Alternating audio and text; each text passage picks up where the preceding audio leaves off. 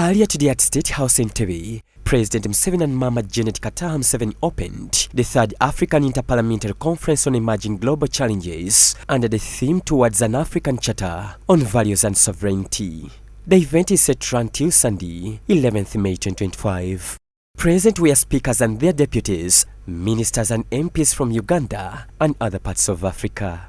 In his address, President Museveni took the ground and implored African legislators to champion the cause of mobilizing for the Continental Free Trade Area as an umbrella for a stronger family. In order to protect our families, we must strengthen Africa economically and politically, because this arrogance is really because of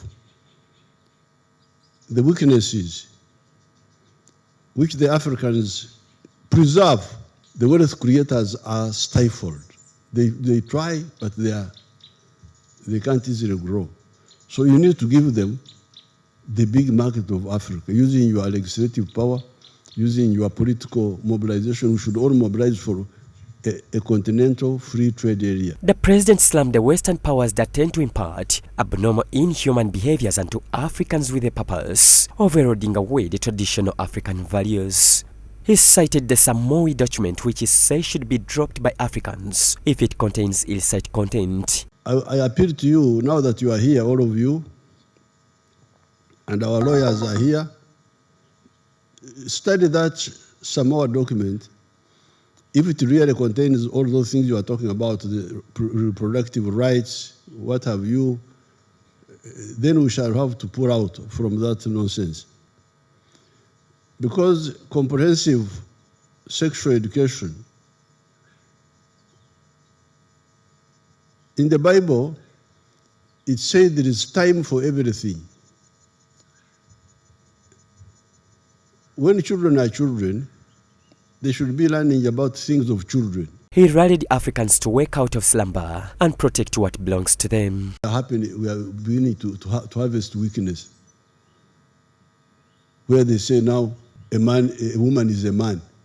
Oh, but how can that be? I have told you, you must accept. If you don't accept, I will do damage to you. And he actually does it.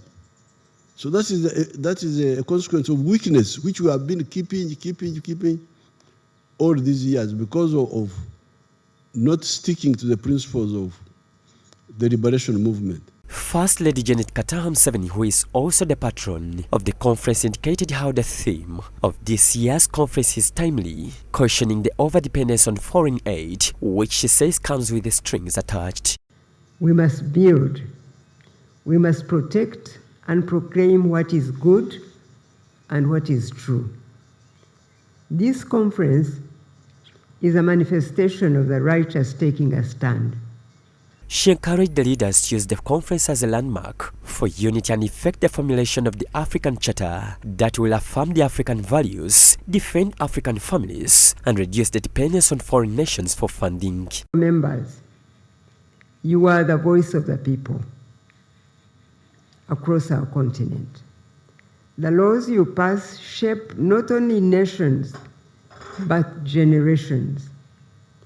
May this conference mark a new era of collaboration among African legislatures to rise above external influences and restore what is inherently ours.